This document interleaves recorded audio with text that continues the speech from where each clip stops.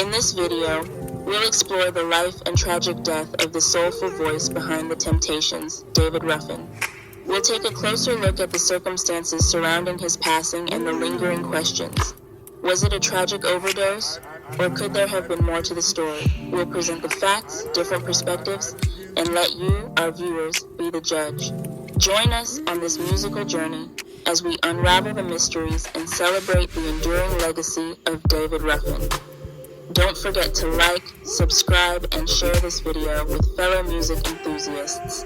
Let's keep the soulful spirit of David Ruffin alive. David Ruffin, was it murder or accident overdose? Before I give you details surrounding his tragic death, let's get into his story. David Ruffin, born on January 18, 1941 in Wynot, Mississippi, was a legendary American soul singer and one of the most prominent voices in the iconic Motown group, The Temptations. His powerful and emotive voice left an indelible mark on the music industry and soul music as a whole. Ruffin's journey to stardom began when he joined The Temptations in 1964, replacing Elbridge Al Bryant. His charismatic stage presence and unique vocal style quickly made him a standout in the group. Under his lead, The Temptations achieved an array of hits, including classics like My Girl, Ain't Too Proud to Beg, and I Wish It Would Rain. Ruffin's signature raspy voice added a distinctive depth to their sound. Despite his incredible talent, Ruffin faced personal struggles and conflicts within the group, leading to his departure in 1968.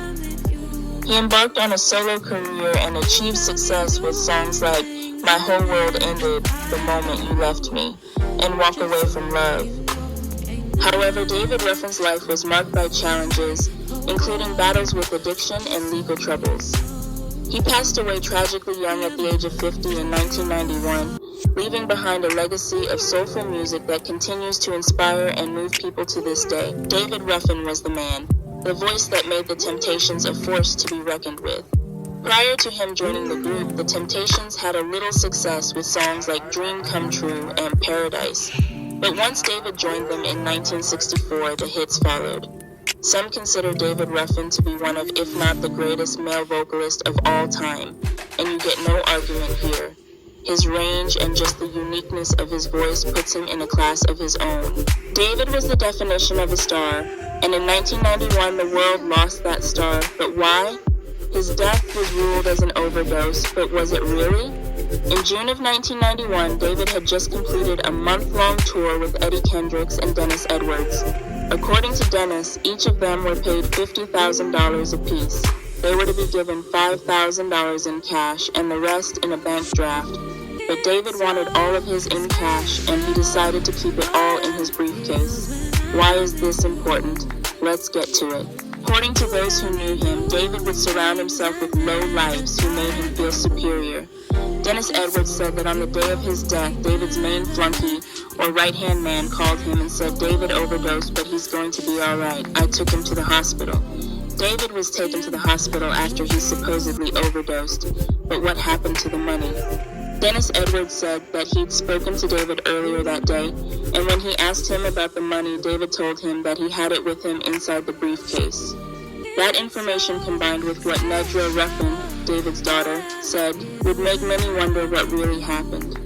Nedra's words were, "Somebody set him up for that money."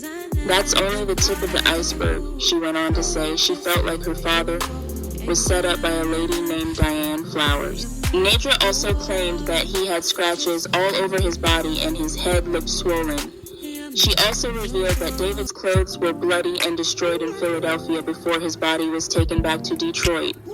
Now let's look at this. It was said that he died of an overdose, but those closest to him said he'd been clean for quite some time. His clothes were bloody. His bloody clothes were thrown into the incinerator. He had scratches all over his body. His head looked swollen. That was enough to make his children want a second autopsy. They were about to, but their minds were changed after their Uncle Quincy, David's brother, told them that if they did, one of them would be lying next to him, David. Most of this information came from Nedra during a 2019 interview, in which she also revealed who she really thought murdered her father. We won't get into that here, but I will leave the links to the videos. My co-host, Charlize Wilkerson, and Ask the Messenger street reporter, LaShawn Ballard, will interview David Ruffin, daughter of musical icon David Ruffin. She's going to share her story of substance abuse and recovery. But most importantly, she's also going to talk about memories of her famous father. Well, actually, when I started using drugs, I was 9 years old, and my drug of choice was alcohol. And I actually picked up alcohol at weekend parties, gambling parties that my mother gave. And when they set the cups down, I was the one that was emptying cups. And actually, I didn't know no better at 9. Since they did it, I thought it was okay to do it, not knowing that later on in life it led to a road of destruction and despair. By the age of 14, I was smoking marijuana and I was popping pills. And by the age of 18, I was tooting cocaine. You know, and by the time I was 21, I was smoking at the time what they called, it wasn't crack cocaine at the time, it was called freebasing. There I had a 9-year run of smoking crack cocaine. And I used from the age of 9 years old to the age of 30 years old. And today, thank God and praise the Lord that I have over 25 years of being clean and serene. Was that your bottom? No, that wasn't my bottom. My bottom was my dad's death. You know, matter of fact, yesterday was 27 years that my dad passed away. How old were you when he passed away? I was 27 years old, and yesterday was 27 years he's been gone. Ain't that deep?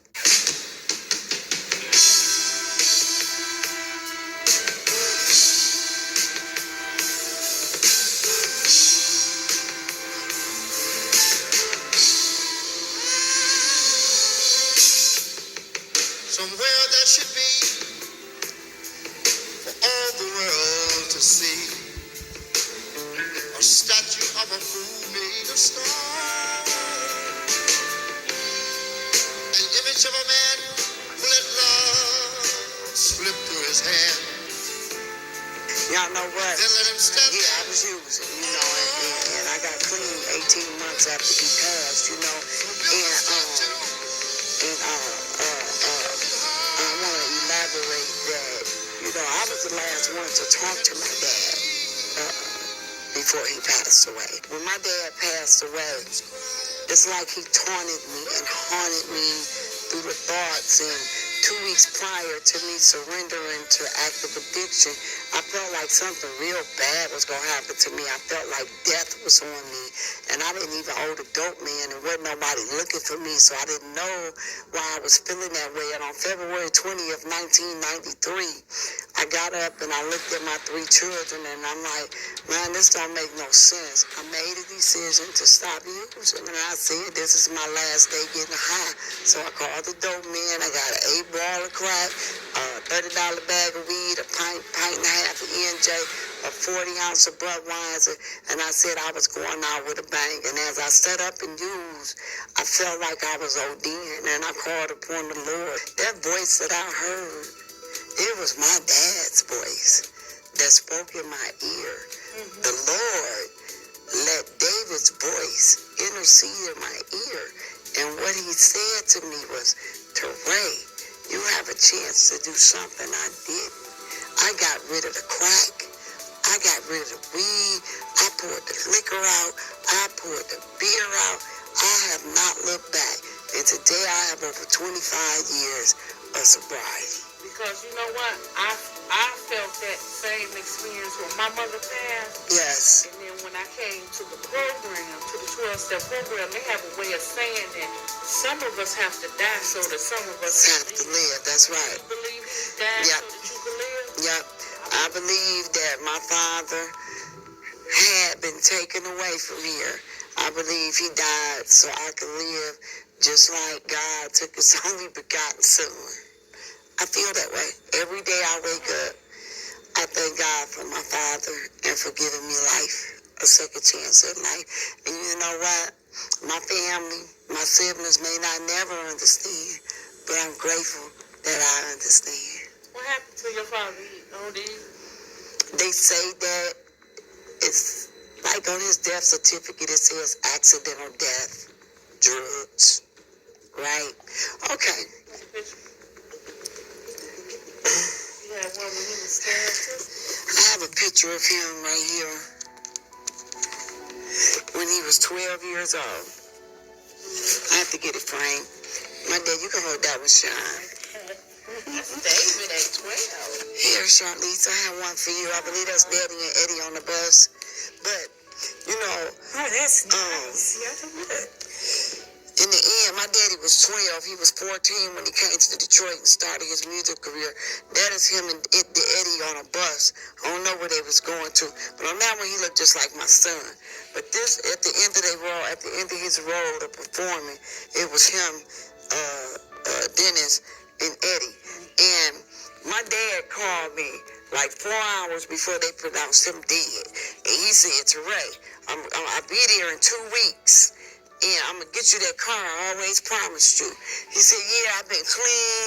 I'm going to stay clean. My daddy had been clean for a couple of months, right? And he was so excited. My daddy had, I think it was over $50,000 in a money belt. He always carried a money belt. And a money belt you carry up under your clothes, around your waist. He had something like between $20,000 to $40,000 worth of traveling checks. But whatever it was, I believe somebody gave my daddy a hot shot. I asked, they shipped my daddy's body here in a box, and they said his clothes was with him. His clothes wasn't with him, because when my mama and my sisters went to Philadelphia, and they went to the coroner's office, and they pulled his file, a picture fell out of his file, and the guy put his foot over it, and my sister Kim happened to see it. And she said, what's that? She looked at it. It looked like my dad had been drowned. His head was big like a basketball. And my dad has a very slim face like mine. And as a result of it, my dad, when he flew here, his clothes was not in the box. We found out that his clothes was very bloody. And they destroyed and burnt his clothes in Philadelphia. They destroyed the evidence of his clothes in Philadelphia and burnt his clothes up in the incinerator. And the death of my dad, you know, everything that has been said, you know, the truth is going to come out through his family, his wife Sandra, and his daughter Cheryl, Kimberly, and Nidra. But as a result of his death, you know, my dad had told me that he would be home in 2 weeks in the phone conversation that we had. And the day that he said he'd be here, he came home that day, but it was in a box. You know, so that my whole world I thought was ended. Like that song, my whole world ended. My whole world had literally like ended, because my dad was my best friend. He was like my everything to me. And it was like, I felt like I was going to die when my dad passed away. I didn't even have the motivation to even want to stick around for my children. You know, that's when I had suicidal thoughts, you know. But as a result of his death, you know, I felt like my dad was set up by a lady by the name of Diane Showers. I will say her name. My dad was never thrown out at a hospital out of a limousine. No, he was pronounced who he was at the hospital and everything. But at the same time, he never speedballed. They said my daddy had heroin and cocaine in his system. My dad never messed with heroin a day in his life. Not one day in his life. And I do know that, you know, you could use another drug and substitute one for another, but he never did that. You know what I'm saying? So as a direct result, I just want to tell the world that my daddy was clean. Somebody set him up for that money, and somebody took his life. We went to Swanson's when he came here, and I asked to see my dad. We examined his body. He had scratches on his chest, scraped up knees. His feet were scraped up. Whatever he went through, he fought somebody for his life. He really did. Wow. And I just want to put that out there. You know what I'm saying? And I'm going to speak upon just like Carly B did. There's something called the Illuminati out here in the entertainment field. And I believe that Illuminati had some type of ties to my dad because he had a conversation with Farrakhan. Okay. I wish we had more time. Unfortunately, we don't. Okay. We're going to have you back. Oh, yeah. Don't worry about it. We're going to have you back. Oh, yeah. That's very interesting. I'd like you to turn out now to do a song that I had the pleasure of writing when I was 18 years old. It took till 75 with Mr. Van McCoy on Walk Away from Love album. Maybe you felt like this at one time.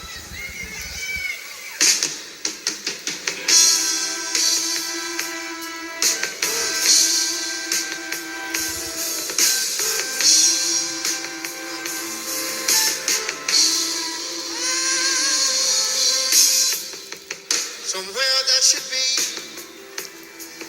for all the world to see, a statue of a fool made of stone,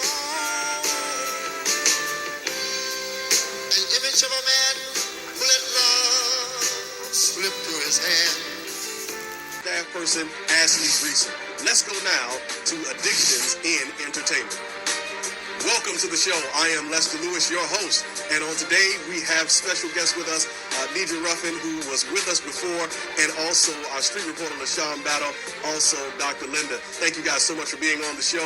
Nidra, listen, last time we were on the show, we dealt with some of the issues with your dad and his addictions, and as well, we were supposed to be about you. So we first and foremost want to say to you, please forgive us, but so many have responded to what you were talking about concerning your dad, and we want to give you a chance because one of the issues that arose in our YouTube videos is that we cut you off before you had a chance to share about the Illuminati. So, Right, they said it was me. Yeah, they said it was LaShawn. They said that she was responsible. And so we want to make sure that everybody knows. And so LaShawn, go on, come on, tell us about it. Okay. Yeah, so the guest said that I cut you off when you started to talk about the Illuminati. Yes, the Illuminati is real. They exist. They are in reality. And the reason I say that is because when my father passed away on June 1st, 1990, we wanted to get a second autopsy, me and my sisters and my brother. And my dad's oldest brother, who was not in the entertainment business, my Uncle Quincy, set my daddy 3 daughters down, and it wasn't my brother, but the daughters. And he said, if y'all do another autopsy, one of y'all gonna be laying right next to him. And we never did the second autopsy because my uncle told me that we wasn't gonna make it, that somebody was gonna do something to us, you know. And at one point in my life as a child, my daddy had filed something against Motown, and my daddy ended up hurt, and then we ended up with bodyguards going to public school, you know. And the Illuminati, 2 weeks before my dad passed away, he called Farrakhan.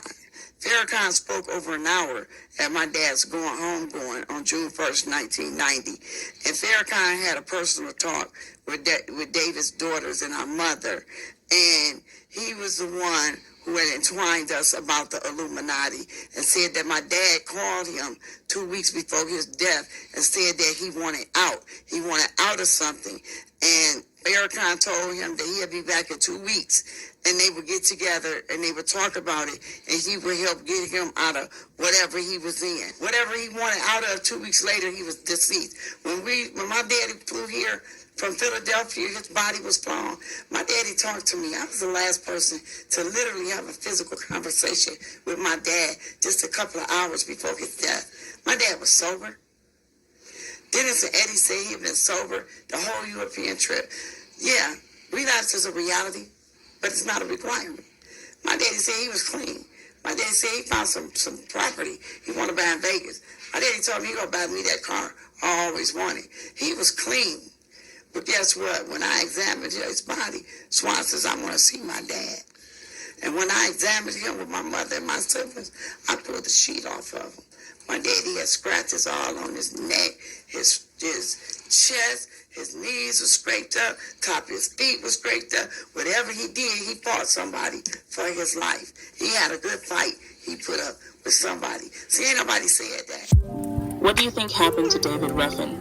Was Louis Farrakhan involved, or was the Illuminati, or Diane Flowers, or all above? Let me know in the comment section. Nedra Ruffin, daughter of the late R&B singer David Ruffin of The Temptations, was described as a loving, kind, sweet individual with a heart of gold. Nedra Ruffin, 58, died May 19th at Beaumont Hospital, Royal Oak, as a result of complications from COVID-19.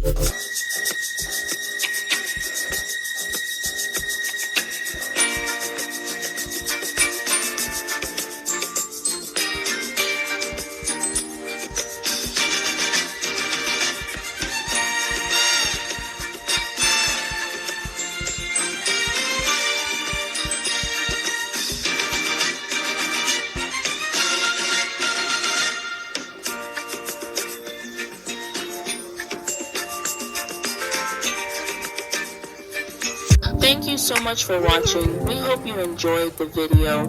If you did, don't forget to give it a thumbs up, subscribe to our channel, and hit that notification bell so you never miss our latest content. We'll be back with more exciting videos, so stay tuned. Until next time, have a wonderful day and take care.